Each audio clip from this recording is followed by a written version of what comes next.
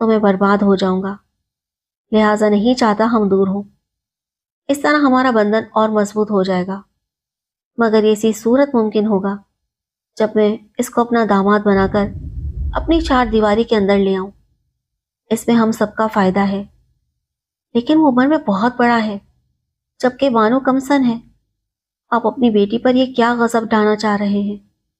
میں کسی صورت اس ادھیڑ عمر مرد سے اپنی 14-15 برس کی بیٹی نہ بیاہوں گی۔ جب ماں نے شدید مخالفت کی تو ابو نے ان کی خوب پٹائی کی، بالآخر ماں کو راضی ہونا پڑا۔ راضی نہ ہوتی تو کیا کرتی؟ ہر شریف عورت اپنے شوہر کے آگے آواز نہیں اٹھا سکتی، لہٰذا انہوں نے ایک وفادار بیوی ہونے کا ثبوت دیتے ہوئے چپ سادھ لی اور پھر کہا، ایک بات میری بھی مان لو، جب تک بانو میٹرک نہ کر لے اور اس کا رزلٹ نہ آ جائے تب تک اس کی شادی مت کرنا، اور ابھی تم فیقے سے کوئی بات نہ کرنا۔ یہ گفتگو سن کر میں چونک گئی اور میرا سارا سکون برباد ہو گیا۔ رات بھر مجھے نیند نہ آئی۔ دوسرے دن میں نے نائلہ کے گھر جانے کا فیصلہ کر لیا تاکہ شاہد کو اس صورتحال سے آگاہ کر دوں۔ اگلے دن جب میں وہاں پہنچی تو شاہد کی امی بھی گھر پر موجود تھی۔ اب بات نہ ہو سکتی تھی۔ میں نے بہانہ کیا اور کہا، خالہ جان، شاہد سے کہیے کہ مجھے محمود آباد اپنی موٹر سائیکل پر چھوڑائے۔ انٹی نے اجازت دے دی اور بیٹے کو کہا کہ اس کو چھوڑ آؤ۔ مجھ کو شاہد سے بات کرنے کا موقع مل گیا۔ میں نے اس کو بتایا کہ ابو میری شادی فیقے سے کر رہے ہیں، جو ابو کا ساتھی ہے اور نگران بھی ہے، مگر میں اسے شادی کا تصور بھی نہیں کر سکتی۔ مجھے اس کی بڑی بڑی مونچھیں اور خوفناک آنکھیں دیکھ کر خوف آتا ہے۔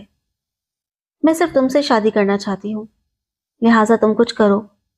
وہ بولا، میں ایسا کیا کر سکتا ہوں کہ تمہارے والد میری شادی تمہارے ساتھ کر دیں؟ میں دولت کا انبار یا منشیات کے ٹرک لاد کر تو نہیں لا سکتا۔ ہاں، میں 1 ہفتے کے بعد اپنی امی کو تمہارے گھر بھیجوں گا۔ وہ عزت سے رشتہ مانگیں گی، لیکن مجھے امید ہے کہ انکار ہوگا۔ بہرحال پھر دیکھیں گے۔ یہ کہہ کر اس نے مجھے گھر سے کچھ دور اتار دیا۔ ہفتے بعد ہمارا رزلٹ آ گیا، لیکن شاہد کے گھر سے کوئی نہ آیا۔ میں میٹرک میں فیل ہو گئی تھی۔ اس بات سے ڈرتی تھی کہ کسی بھی دن میری شادی مقرر کر دی جائے گی۔ ابو کے ڈر کی وجہ سے میں کوئی بات نہیں کر رہی تھی کہ کہیں وہ شاہد کو مروا نہ دیں۔ ایک روز شاہد ہمارے گھر آیا۔ میں نے امی سے کہا کہ نائلہ کی طبیعت بہت خراب ہے، اس کا بھائی آیا ہے، اگر آپ اجازت دیں تو میں اس کے ساتھ ان کے گھر چلی جاؤں۔ امی نے اجازت دے دی تو ہم دونوں باغ میں چلے گئے۔ وہاں ہم ایک سبزہ زار میں بیٹھ گئے۔ شاہد مجھ سے کہنے لگا کہ میری امی میری شادی کسی اور جگہ کرنا چاہتی ہیں، مگر میں شادی کروں گا تم سے۔ میں نے کہا، شاہد، ہم دونوں باہم رضامندی سے شادی کہیں باہر جا کر کر لیتے ہیں اور کسی اچھے شہر میں جا کر رہنے لگیں گے۔ کچھ سوچنے کے بعد وہ گویا ہوا، ہاں، تم کو فیقے سے بچانے کا بس یہی ایک راستہ ہے۔ تم کل ٹھیک 4 بجے باغ آ جانا، پھر ہم دونوں شادی کر لیں گے۔ اس کے بعد میرے گھر والے خود بخود راضی ہو جائیں گے، کیونکہ امی ابو مجھ سے بہت پیار کرتے ہیں، وہ مجھے تنہا نہ چھوڑیں گے۔ اگلے روز امی سے پھر یہی کہا کہ نائلہ کی طبیعت پوچھنے جانا ہے، اور یوں گھر سے نکل کر سڑک پر آ گئی، جہاں کچھ فاصلے پر شاہد میرا انتظار کر رہا تھا۔ اس بار وہ مجھے شہر کے ایک مشہور ہوٹل میں لے آیا، جہاں جانے کی ہم کو آرزو ہوا کرتی تھی۔ آج کی رات ہمیں اسی ہوٹل میں گزارنی تھی۔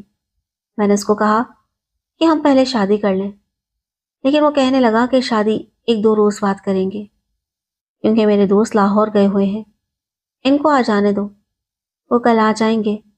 میں نے ان کو فون کر دیا، یہاں والے دوست اس معاملے میں میرا ساتھ نہ دیں گے۔ یہ رات میری بربادی کی رات تھی۔ دوسرے دن اس کے دوست بھی آ گئے۔ شاہد نے کہا کہ ہم رات کو شادی کر لیں گے۔ اس سے میرا تعارف اپنے دوستوں سے کرایا۔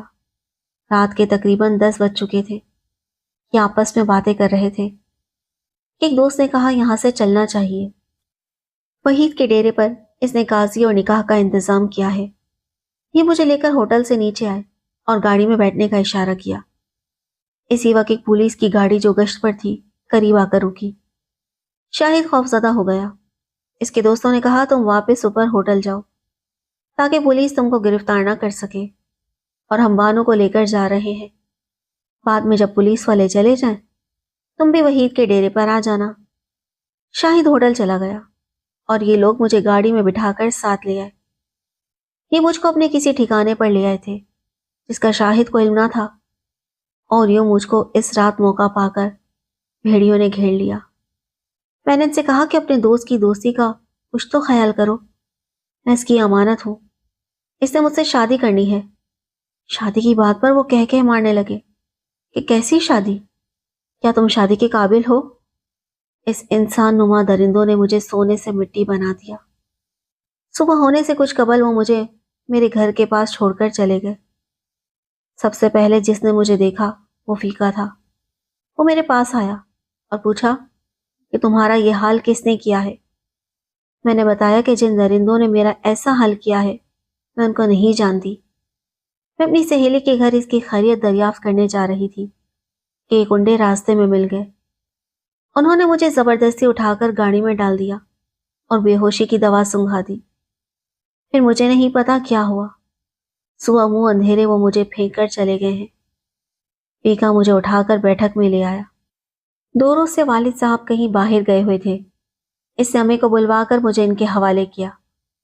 میری زندگی اور میرے خواب اتنی جلد تباہ ہو جائیں گے کہ میں سوچ بھی نہ سکتی تھی۔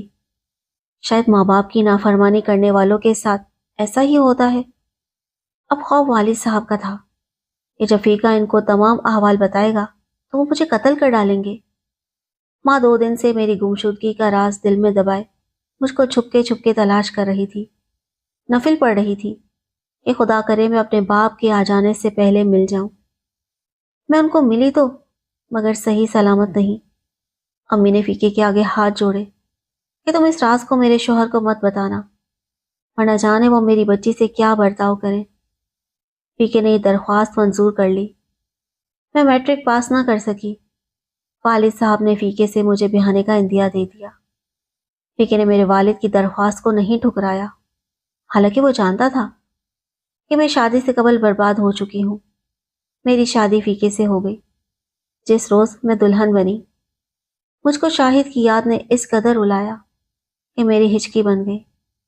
ایسی دل کی حالت ہی کہ کسی سے کچھ کہہ سکتی تھی اور نہ اظہار کر سکتی تھی۔ جس روز میں غائب ہوئی تھی، ایک رات شاہد بھی گھر سے غائب رہا تھا۔ وہ اگلی رات گھر آ گیا جبکہ اس کے دوست مجھے اغوا کر کے لے گئے۔ اس کی حالت سے ماں نے اندازہ کر لیا کہ اصل معاملہ کیا ہے، مگر اس کے والدین نے اس بات کو دبانے کی خاطر شاہد کو گھر سے نہ نکلنے دیا۔ نائلہ اور انٹی میری شادی میں بھی نہ آئی۔ فیقے سے شادی کے وقت میں نے سوچا تھا کہ اس سے بہتر ہوتا کہ ماں باپ گھر میں داخل ہوتے ہی اس روز مجھے قتل کر دیتے، جس روز میری زندہ لاش وہ گنڈے بیٹھک کے پاس پھینک کر چلے گئے تھے۔ فیقے نے مجھے پھولوں کی طرح رکھا اور کبھی کوئی تکلیف نہ ہونے دی۔ وہ کہتا تھا تمہارا کوئی قصور نہیں، اے کاش تم کو اغوا کرنے والوں کو میں تلاش کر سکتا تو ان کو گولیوں سے بھون ڈالتا۔ اے کاش تم ان کے نام جانتی یا ان کو پہچان سکتی۔ میں آج 2 بچوں کی ماں ہوں۔ ابو کا انتقال ہو چکا ہے اور فیقے نے ان کا سارا کاروبار سنبھالا ہوا ہے۔ میں آج بھی اس کو ناپسند کرتی ہوں، لیکن جب اس کی نیکی یاد آتی ہے تو احترام کرتی ہوں کہ وہ میرے 2 بچوں کا باپ بھی ہے۔